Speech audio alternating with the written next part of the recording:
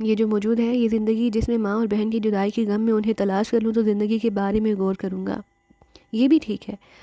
بہرحال اگر تم چاہو اور کوئی ضرورت محسوس کرو تو مجھے اس نمبر پر رنگ کر لینا. میں تمہارے لیے اور بھی کچھ کروں گا. طارق نے اشارہ کر کے ویٹر کو بل لانے کے لیے کہا اور پھر بل ادا کر کے اٹھ گیا. اس کے بعد راستے میں طارق سے میری کوئی بات نہ ہوئی. میں نے اسے اس کی مطلوبہ جگہ چھوڑ دی اور طارق مزید کوئی بات کیے بغیر آگے بڑھ گیا جیسے میرے وجود کو بھول ہی گیا ہو. میں اپنی جگہ رکا اسے دیکھتا رہا. میری آنکھوں میں آگ سلگ رہی تھی لیکن پہلی بار میں نے مصلحت کا دامن پکڑا تھا ورنہ آج طارق کی زندگی ممکن نہیں تھی. شام کو کوٹھی واپس پہنچ گیا. سرحاب حسب معمول منتظر ملی. بڑی چاہت سے استقبال کرتی تھی میرا. بلا شبہ اس کی آنکھوں میں ایک بہن کی سی چاہت مل گئی تھی مجھے اور میں ان لوگوں کے اسی سلوک سے اپنی فطرت کا زہر مار رہا تھا. ورنہ دل تو یہ چاہتا تھا کہ قتل عام شروع کر دوں, تباہی پھیلا دوں, وہ کچھ کروں جو تصور نہ کیا جا سکے. لیکن پروفیسر صاحب موجود نہیں ہیں. صبح سے گئے ہوئے ہیں, سرحاب نے جواب دیا. پھر بولی, صبح کو ایک بات کہہ رہے تھے. کیا کہہ رہے تھے؟ کہ اگر منصور تیار ہو جائے تو کچھ روز کسی پرفضا مقام پر گزارنے جائیں. یعنی وہ خود نہیں جائیں گے, بس ہمارے لیے سوچ رہے تھے. تم نے کیا جواب دیا؟ بھائی میں نے کہہ دیا کہ اس کا موقع نہیں. منصور بھیا کا ذہن کسی تفریح کا متحمل نہیں ہو سکتا. اور پھر ان کی نوکری. منصور بھیا اس نوکری کے بارے میں آپ کا کیا خیال ہے؟ کیا مطلب؟ دراصل ڈیڈی کے تمام راز آپ پر کھول دینے کو جی چاہتا. آپ سے تو کچھ چھپا ہی نہیں سکتی. سرحاب نے کہا, آپ کو ابھی نوکری کی ضرورت تھوڑی ہے بھیا, مگر ڈیڈی چاہتے ہیں کہ آپ اپنی ذات میں زندہ رہیں. اس کے علاوہ آپ کا ذہن بٹا رہے. آپ زندگی کے سیدھے راستوں کو نہ بھول جائیں. وہ آپ کے لیے جس قدر فکر مند ہے وہ میں ہی جانتی ہوں. کیا آپ یقین کریں گے کہ وہ پوری رات نہ سو سکے؟ میں جاننا چاہتا ہوں سرحاب کہ پروفیسر صاحب میرے لیے کس قدر پریشان ہے. میری گردن شرم سے جھک جاتی ہے جس وقت میں یہ سوچتا ہوں. نہیں بھیا, یہ غیرت کی بات ہے. اگر ہم کسی تکلیف کا فن کا شکار ہو جائیں تو کیا آپ ہمارے لیے اتنے پریشان نہ ہوں گے؟ سرحاب نے کہا. میں نے گردن جھکا لی. میں چائے کا بندوبست کر لوں. ابھی آئی. سرحاب اٹھ کر چلی گئی. پھر چائے پیتے ہوئے میں نے اس سے کہا, آج طارق سے ملاقات ہو گئی ہے سرحاب. ارے کہاں کیسے؟ وہ میری فرم کا مالک مسز جہانگیر کا شناسہ ہے. میں نے گہری سانس لے کر کہا اور سرحاب پریشان نظر آنے لگی. پھر کوئی خاص بات ہوئی؟ نہیں, بس اس سے بات چیت ہوئی. میں نے اسے چھوڑنے کے لیے گیا تھا. اس نے ایک ریسٹورانٹ میں مجھے چائے کی پیشکش کی اور میں نے مصلحتاً قبول کر لی. چائے کے دوران اس نے مجھ سے دوستانہ انداز میں گفتگو کی اور اس بات کو سراہا کہ میں نے عدالت میں سیٹھ جبار کا نام نہیں لیا. ارے پھر اور کیا گفتگو ہوئی اس سے؟ سرحاب بدستور بے چین نظر آ رہی تھی. میں نے امی اور فریدہ کے بارے میں اس سے پوچھا تھا. مجھے یقین ہے سرحاب کہ ان کے بارے میں جانتا ہے. کیسے اندازہ لگایا مجھے بتاؤ؟ بس اس کی گفتگو سے اس نے کہا کہ میں کوشش کروں تو انہیں پا سکتا ہوں. اس نے یہ نہیں بتایا کہ یہ کوشش کیا ہوگی. نہیں لیکن یقیناً اس کا خیال ہے کہ میں سیٹھ جبار کو اپنی خدمات پیش کروں اور میری طرح سارے مسائل حل ہو جائیں گے. کیا کہا؟ کیا اس نے پیشکش کی ہے یہ؟ نہیں, لیکن فون نمبر دے کر کہا کہ اگر کوئی ضرورت ہو تو میں اسے رنگ کر لوں. منصور بھیا, کیوں نہ تم واقعی مصلحت کا لبادہ اوڑھ لو. تم کسی برے مقصد کے لیے یہ کام نہیں کرو گے. امی اور فریدہ کی تلاش ہمارا نصب العین ہے. ہمیں ان کے لیے کچھ بھی کرنا پڑے گا تو ہم کریں گے. ان لوگوں کے ذہنوں سے یہ خیال نکال دو کہ تم ان کے لیے کوئی برائی رکھتے ہو. طارق کا اعتماد حاصل کر لو اور کسی طرح اس سے ان دونوں کا پتہ معلوم کر لو. اتنے کچے نہیں ہیں وہ لوگ. وہ مجھے گردن تک جرائم کی دلدل میں غرق کر دیں گے, تب کہیں جا کر میرے اوپر اعتماد کریں گے سرحاب. اور اس کے بعد اگر امی اور فریدہ مل بھی گئیں تو میں ان کے مطلب کا نہ رہوں گا. خدا نہ کرے. سرحاب تڑپ کر بولی. یہی سب کچھ ہوگا سرحاب, یقین کرو یہی سب کچھ ہوگا. تو پھر نہیں سرحاب, اس کا اعلی کار بن کر جرائم کروں گا تو خود پر ہنسی آئے گی. سوچوں گا کہ زندگی کے 5 سال اور مصیبتوں کا طویل عرصہ کس حساب میں درج کروں. اس سے تو بہتر تھا کہ پہلے ان کی بات مان لیتا. نہیں سرحاب, پروفیسر شیرازی نے کہا کہ 3 دن کے اندر وہ مجھے کوئی جواب دیں گے. اور سرحاب, اگر پروفیسر نے مجھے اجازت دے دی تو پھر یقین کرو جرائم کی زندگی میں داخل ہو جاؤں گا. لیکن میرا مقصد صرف ماں اور بہن کی تلاش ہوگا. میں اس زندگی کو عیش و عشرت کے حصول کے لیے نہیں اپناؤں گا. ہاں سرحاب, میں پروفیسر سے وعدہ کروں گا کہ جرائم کے 1 پیسے کا مال منافع خود پر حرام سمجھوں گا. میں نے کہا اور سرحاب گردن ہلانے لگی. ہاں بھیا, مجھے یقین ہے فطری طور پر اگر تم برائیوں کی طرف راغب ہوتے تو ابتدا ہی میں انہیں نہ ٹھکراتے. سرحاب نے کہا اور پھر ایک دم بولی, شاید ڈیڈی آ گئے, ہم دونوں باہر چلتے ہیں. پروفیسر کار سے اتر رہا تھا اور وہ تیزی سے اندر کی طرف چلا گیا. کچھ کھویا سا تھا, شاید وہ بھی نہیں دیکھ سکا. سرحاب ٹھٹک گئی. اس نے میری طرف دیکھا اور میں نے گردن ہلا دی. وہ صرف میری وجہ سے پریشان ہے. میں نے کہا, چلے ان کے پاس. ابھی نہیں, میں نے گہری سانس لے کر کہا اور سرحاب رک گئی. ہم دونوں باہر نکل آئے. تھوڑی دیر تک لان میں ٹہلتے رہے. پھر سرحاب نے ماحول بدلنے کے لیے کہا, راشدہ سے ملاقات ہوئی؟ نہیں, ویسے بڑی مسرت کی بات ہے کہ وہ لڑکی غلط فہمی سے نکل گئی. مجھے یقین ہے کہ اب وہ مجھ سے نہیں ملے گی. کیوں؟ اس کا نسوانی وقار مجروح ہوا ہے سرحاب. اس نے اپنی آن کی قربانی صرف اس لیے دی تھی کہ اس کی ماں کا بوجھ ہلکا ہو جائے. لیکن اس کی بدقسمتی کہ اس کے باوجود اسے کچھ نہیں مل سکا. اس نے غلط آدمی کا انتخاب کیا. افسوس یہ دنیا کتنے دکھوں کا گھر ہے، کیا یہاں کوئی انسان دکھوں سے خالی ہے؟ منصور بھیا، ہر ایک کے الگ مسائل ہیں، بعض مسائل تو ایسے ہیں جن کا کوئی حل بھی نہیں ہوتا۔ سرحاب نے افسردگی سے کہا۔ میں نے کوئی جواب نہیں دیا، لیکن پروفیسر کو دیکھ کر مجھے صدمہ ہوا۔ یہ نیک انسان جو سکون سے اپنے گھر کی چار دیواری میں بیٹھا ہوا تھا، میری وجہ سے ذہنی عذاب کا شکار ہو گیا۔ کیا کروں؟ ان لوگوں کے انکار ایسے ہیں کہ انہیں چھوڑنا بھی ممکن نہیں رہا۔ تھوڑی دیر تک میں اور سرحاب لان پر ٹہلتے رہے۔ سرحاب میری اس کیفیت سے واقف تھی، اس لیے وہ بھی کم بول رہی تھی۔ پھر جب رات ہو گئی تو ہم دونوں لان سے واپس پلٹ پڑے۔ فضا میں ہنکی ہو گئی تھی۔ کھانا تیار ہو چکا ہے، پروفیسر اپنے کمرے میں موجود تھا۔ میں اور سرحاب اسی طرف چل پڑے۔ میں مصروف ہوں، اندر سے پروفیسر کی آواز آئی۔ اس نے دروازہ نہیں کھولا۔ کھانا نہیں کھائیں گے ڈیڈی؟ لگ گیا ہے، سرحاب نے کہا۔ تم کھاؤ میرے بچوں، مجھے بھوک نہیں۔ میری درخواست ہے کہ تم مجھے میرے مشاغل میں مصروف رہنے دو۔ جیسی آپ کی مرضی ڈیڈی، سرحاب نے کہا، اور ہم اسی کمرے کے سامنے سے واپس آ گئے۔ کھانا بھی نہایت بے دلی سے اور مختصر کھایا گیا تھا۔ سرحاب بھی کسی قدر مزمل ہو گئی تھی اور میں نے اسے دیکھا اور مسکرا دیا۔ کیا بات ہے؟ سرحاب بھی پھیکے انداز میں مسکرائی۔ میں خاموشی سے تمہارا گھر چھوڑ کر بھاگ جاتا سرحاب، خدا کی قسم میں ایسا ہی کرتا تاکہ میرے وجود کے منحوس سائے اس گھر سے رخصت ہو جاتے۔ مجھے احساس ہے کہ اس ننھی سی پرسکون جھیل میں میری وجہ سے کتنا انتشار برپا ہو گیا ہے، لیکن سرحاب، میں تم لوگوں کے اس خلوص کی کوئی قیمت دینے کا اہل نہیں ہوں، سوائے اس کے کہ خلوص اور محبت کے اس عظیم الشان تاج محل کے سائے میں کھڑا رہوں، اور جب یہ سائے سمٹ جائیں تو یہاں سے آگے بڑھ جاؤں۔ میں اس وقت کا منتظر ہوں جب پروفیسر مجھ سے معذرت کر لیں۔ اس خلوص کے سائے کبھی نہیں سمٹیں گے منصور۔ میں ڈیڈی کو جانتی ہوں، لیکن تم وعدہ کرو کہ اس تاج محل کو مسمار نہیں کرو گے۔ میں اپنی ذات میں وہ ہمت نہیں پاتا سرحاب۔ کئی بار سوچا ہے، لیکن اس سوچ میں مجھے پروفیسر کا وجود زخموں سے چور نظر آتا ہے۔ میں اپنے محسن کو کوئی زخم لگا کر زندہ نہیں رہ سکتا۔ تمہارا شکریہ منصور۔ ہاں، اگر کبھی ہماری طرف سے اپنی ذات اور اپنے مسائل کے لیے کوئی اکتاہٹ پاؤ تو پھر تم آزاد ہوگے، سرحاب نے کہا، اور میں نے گردن ہلا دی۔ دوسرے دن میں حسب معمول اپنی ڈیوٹی پر چلا۔ صبح کو ناشتے پر بھی پروفیسر سے ملاقات نہ ہوئی، لیکن پروفیسر کو الجھن سے بھی میں پریشان تھا۔ مسز جہانگیر آج اکھڑی اکھڑی سی تھی، میں اس کی وجہ نہیں سمجھ سکا، لیکن جب شام کو میں اسے اس کے مکان پر چھوڑنے جا رہا تو راستے میں اس نے مجھ سے گفتگو کی۔ تاری کو پہلے سے جانتے ہو؟ جی۔ کب سے؟ تقریباً 5 ساڑھے 5 سال سے۔ ان لوگوں کے ساتھ کام کر چکے ہو؟ جی ہاں۔ کیا کام کرتے تھے؟ ڈرائیور تھا۔ 5 سال کام کیا ان کے ساتھ؟ نہیں۔ پھر؟ زیادہ سے زیادہ 2-3 ماہ۔ اس کے بعد جیل چلا گیا۔ میں نے طرح لہجے میں جواب دیا۔ مسز جہانگیر چونک پڑی، دیر تک خاموش رہی، پھر بولی، ان کے لیے؟ جی نہیں، ان کی وجہ سے۔ او، اس نے اتنا کہا اور خاموش ہو گئی۔ اس کے بعد دیر تک اس نے گفتگو نہیں کی، یہاں تک کہ کوٹھی آ گئی۔ کوٹھی سے اترتے ہوئے اس نے کہا، گھر جانے کی جلدی ہوتی ہے؟ جی نہیں تو کوئی حکم ہو تو؟ یہ بریف کیس لے کر اندر آ جاؤ، تم سے باتیں کروں گی تھوڑی دیر۔ وہ سرد انداز میں بولی اور میں نے اس کے حکم کی تعمیل کی۔ وہ اپنی خوابگاہ میں پہنچ گئی۔ پھر اس نے ایک ملازم کو بلایا اور اس کے آنے کے بعد بولی، کوئی فون آئے تو کہہ دینا کہ میری طبیعت ٹھیک نہیں، سوری ہوں۔ کوئی ملنے آئے تو اسے بھی کہہ دینا ہوا کوئی بھی ہو اور کافی بجا دو۔ جی صرف آپ کے لیے، میں تمہیں تنہا نظر آ رہی ہوں؟ وہ سخت لہجے میں بولی اور ملازم گردن جھکا کر واپس چلا گیا۔ بیٹھو منظور، تمہاری بات نے مجھے حیرت کا شکار کر دیا ہے۔ کیوں؟ میں نے پوچھا اور اس کے اشارے پر ایک کرسی پر بیٹھ گیا۔ معاف کرنا، میں تھکن محسوس کر رہی ہوں، اپنی کرسی آگے کھسکاؤ۔ مسز جہانگیر نے مسہری پر دراز ہو کر ایک چادر بدن پر ڈالی اور میں اپنی کرسی اس کے نزدیک لے آیا۔ آرام سے بیٹھو، اس وقت میں تمہاری باس نہیں ہوں بلکہ تم میرے مہمان ہو۔ شکریہ، میں نے مختصراً کہا۔ پڑھے لکھے ہو منصور؟ ہونے کے برابر، نہ ہونے کے برابر۔ یعنی؟ انٹر کے بعد تعلیم چھوڑ دی تھی؟ کیوں؟ والد صاحب کا انتقال ہو گیا تھا۔ وہ کیا کرتے تھے؟ ڈرائیور تھے سیٹھ عبدالجبار کے ہاں۔ ارے تو جبار سے تمہاری واقفیت یوں تھی؟ جی ہاں۔ تو ان لوگوں کے پاس کس طرح پہنچ گئے؟ والد صاحب کے اچانک موت کے بعد نوکری کی تلاش ہوئی، دنیا سے اتنا ناواقف تھا، سوچا کہ نوکریاں صرف سیٹھ جبار کے ہاں ملتی ہیں، وہاں چلا گیا اور نوکری مل گئی۔ ڈرائیونگ سکھائی گئی، لیکن پھر پتہ چلا کہ یہ نوکری اسمگلروں اور جرائم پیشہ افراد کی ہے، تو نوکری چھوڑ دی اور سیٹھ جبار کے عتاب کا شکار ہو گیا۔ چرس فروشی کے الزام میں گرفتار کر لیا گیا۔ اثر و رسوخ سے کام لے کر سیٹھ جبار نے 5 سال کی سزا کرا دی۔ رہائی کے بعد معلوم ہوا کہ ماں اور بہن غائب ہیں، دنیا میں ان کے علاوہ اور کوئی نہیں تھا۔ جبار سیٹھ کے ایک آدمی کو مار پیٹ کر یہ معلوم کرنے کی کوشش کی کہ ماں اور بہن کہاں پر ہیں، تو قتل کے الزام میں پھنسا دیا گیا، لیکن اتفاق سے گلو ہلاسی ہو گئی۔ وہ شخص مل گیا جسے قتل کا الزام تھا۔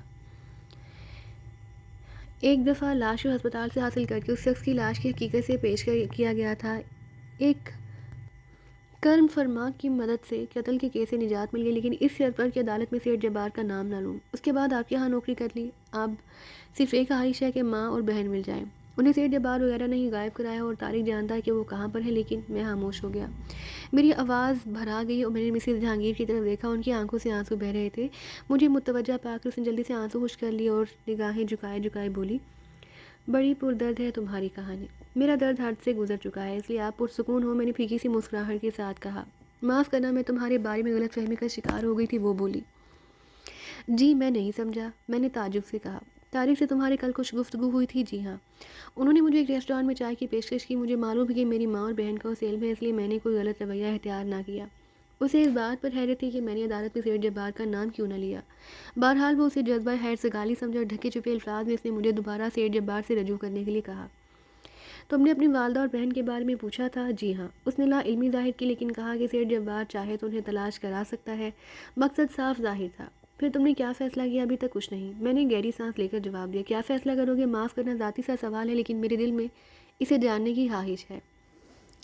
مسز جہانگیر خوبصورت آنکھیں مجھ پر ٹکی اور میں سوچ میں ڈوب گئی، لیکن نہ جانے کیوں جھوٹ بولنے کو جی نہیں چاہا تھا۔ نہیں، میں ان لوگوں سے تعاون نہیں کر سکتا۔ میں جرائم کے راستوں پر نہیں آنا چاہتا۔ جس جذبے کے تحت اتنی مشکلات مول لیں، اسے فنا کرنا میرے بس کی بات نہیں۔ یہ میرا وطن ہے، میں اس کا دشمن نہیں بن سکتا۔ جرم کیوں کروں؟ اگر جرائم کے راستے پر چل کر ماں اور بہن تک پہنچا تو پھر ان کے کس کام کا رہوں گا؟ میں سیٹھ جبار سے تعاون نہیں کروں گا۔ خدا تمہیں استقامت عطا کرے، مسز جہانگیر ہلوس سے بولی۔ پھر تھوڑی دیر تک سوچتی رہی، پھر بولی، طارق نے تمہاری سفارش کی ہے۔ اس نے کہا کہ تم تھوڑے بہت پڑھے لکھے ہو، تمہیں کوئی اچھی نوکری دے دی جائے۔ تمہارا کیا خیال ہے؟ آپ خود فیصلہ کریں لیڈی صاحبہ، میں نے دوسری طرف رخ کر کے کہا، اور لیڈی جہانگیر نہ سمجھنے والے انداز میں مجھے دیکھنے لگی۔ اس وقت ایک ملازمہ کافی اور دوسرے چند لوازمات کی ٹرالی دکھیلتے ہوئے اندر لے آئی۔ یہاں چھوڑ دو، میں بنا لوں گی، لیڈی جہانگیر نے کہا، اور ملازمہ ٹرالی مسہری کے نزدیک لے آئی، پھر باہر چلی گئی۔ مسز جہانگیر کافی بنانے لگی۔ اس نے ٹرالی میرے سامنے سرکاتے ہوئے پوچھا، پلیز کچھ لو۔ بہت بہت شکریہ منصور، مجھے خوشی ہوگی، اس نے کہا، اور میں نے پلیٹ سے ایک سیب اٹھایا۔ تب وہ بولی، میری طرف سے اجازت ہے، تم اپنے لیے جو سیٹ منتخب کرو گے میں تمہارا تقرر اس پر کر دوں گی۔ فوری طور پر میں نے تمہاری تنخواہ میں 500 روپے کا اضافہ کر دیا ہے۔ یہ فیصلہ کیا ہے آپ نے؟ میں نے شکایتی انداز میں کہا، اور وہ چونک پڑی۔ باخدا میں نہیں سمجھی، کیا آپ مجھے طارق کا احسان مند دیکھنا پسند کریں گی؟ ارے تو اس کا مطلب ہے اگر آپ محسوس نہ کریں تو میں آپ کی اس ملازمت پر لعنت بھیجتا ہوں، کل سے میں حاضر نہ ہو سکوں گا، میرا استعفیٰ قبول فرمائیے۔ میں نے جذباتی انداز میں کہا، سیب میں نے واپس رکھ دیا تھا۔ خدا کی قسم نہیں، خدا کی قسم نہیں منصور، مجھے تمہاری ناراضی قبول نہیں۔ للہ اپنا مقصد واضح کرو۔ یقین کرو منصور، میں بھی ایک مظلوم عورت ہوں، میں کسی تمہاری اہانت نہیں کر رہی۔ طارق کی وساطت سے تو میں جنت بھی قبول نہیں کروں گا لیڈی صاحبہ۔ میرے ہونٹ تو اس کے لہو کی پیاس سے خشک ہیں، میں اس کے لہو کی ایک ایک بوند چاٹ جانا چاہتا ہوں، کاش مجھے اس کا موقع مل جائے۔ میری آنکھوں میں خون لہرانے لگا۔ لیڈی جہانگیر مجھے بغور دیکھ رہی تھی، پھر اس نے کہا، سیب کھاؤ منصور، میرا دل بہت عرصے بعد خوش ہوا ہے، پلیز کھاؤ۔ مجھے معاف کر دو، میں تمہارے سامنے ہاتھ جوڑتی ہوں، مجھے نہیں معلوم تھا کہ میرے نزدیک ایسے ہیرے بکھرے ہوئے ہیں۔ لو کافی پیو۔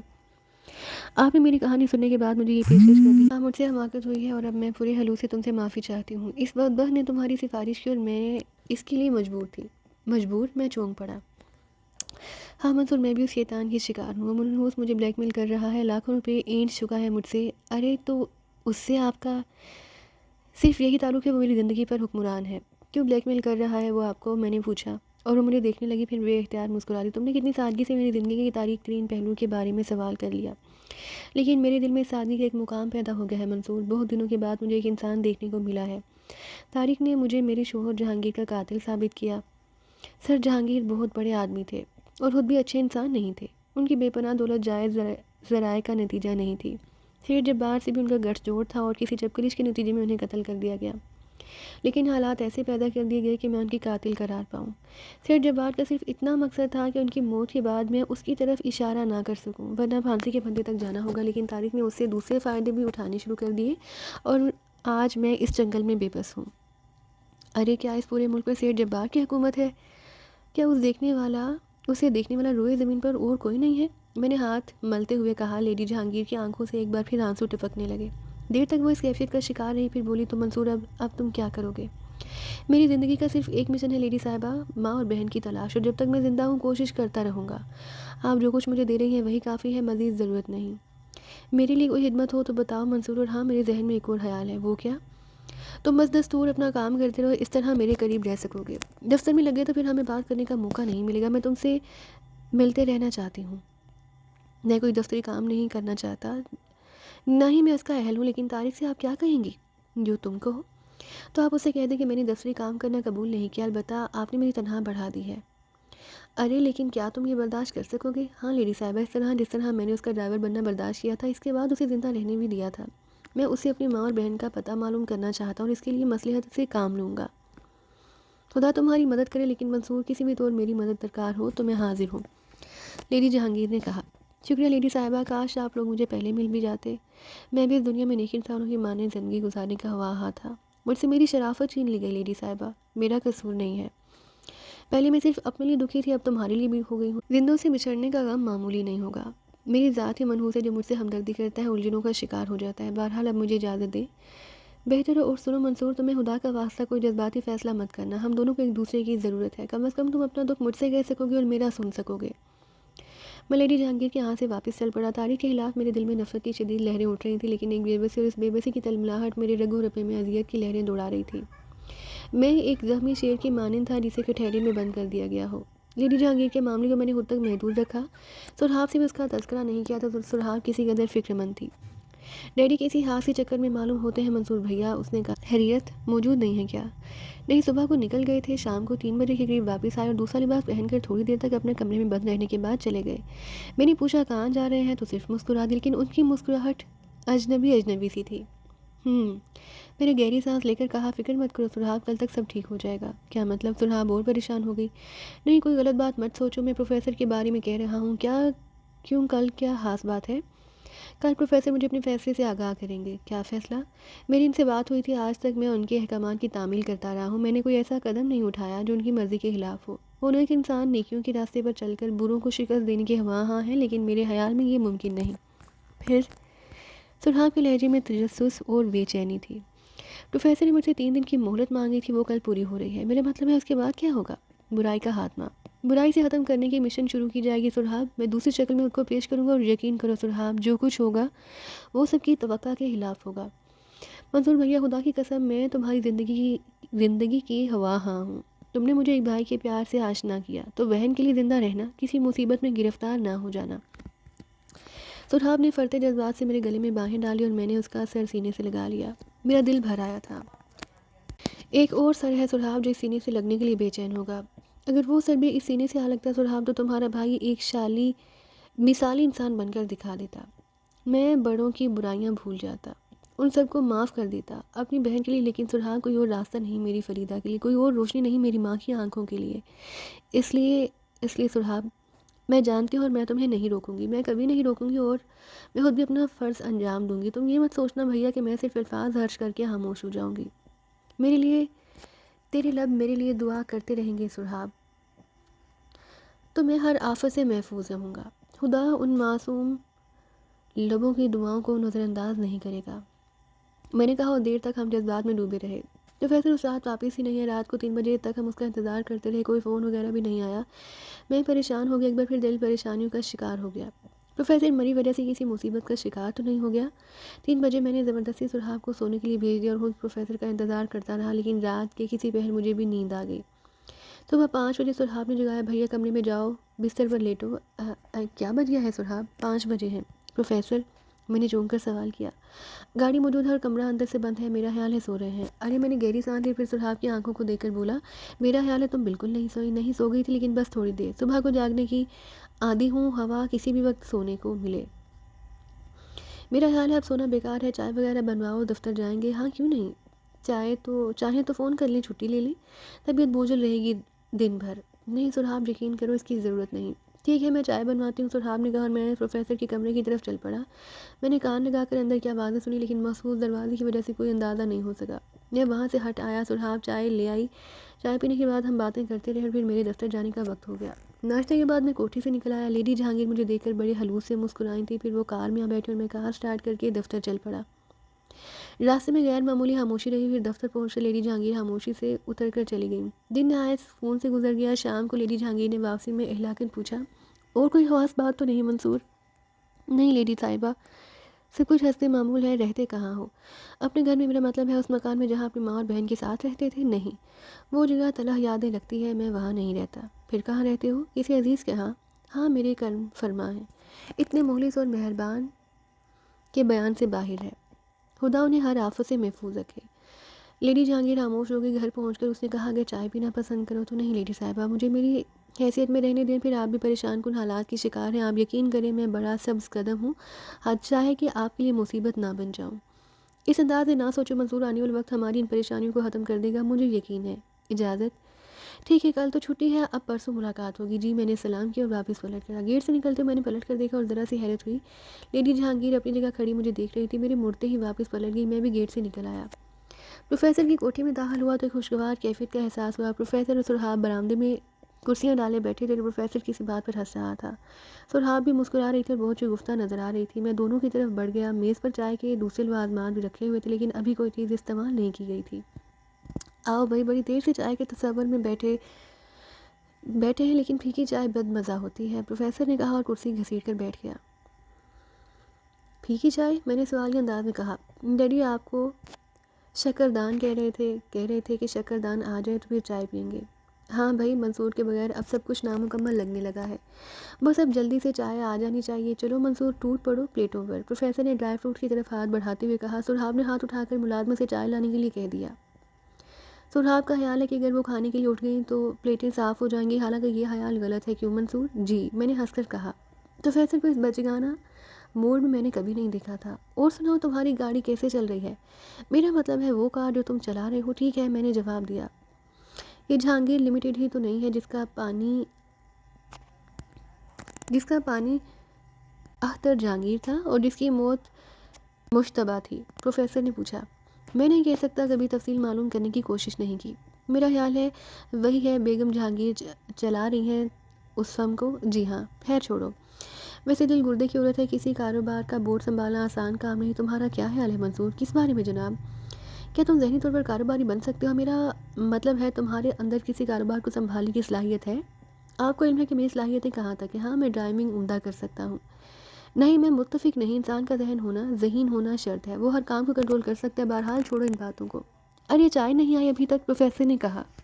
میں بغور اس کا جائزہ لے رہا تھا. یوں محسوس ہو رہا تھا جیسے پروفیسر بہلانے کی کوشش کر رہا ہے. وہ کچھ بھولنا چاہتا ہے. اپنے چہرے سے کسی ایسی تاثر کا اظہار نہیں ہونے دینا چاہتا تھا جسے اس کی سبکی ہو. نہ جانے کیوں، نہ جانے اس کا ذہن کیسے انتشار کا شکار تھا.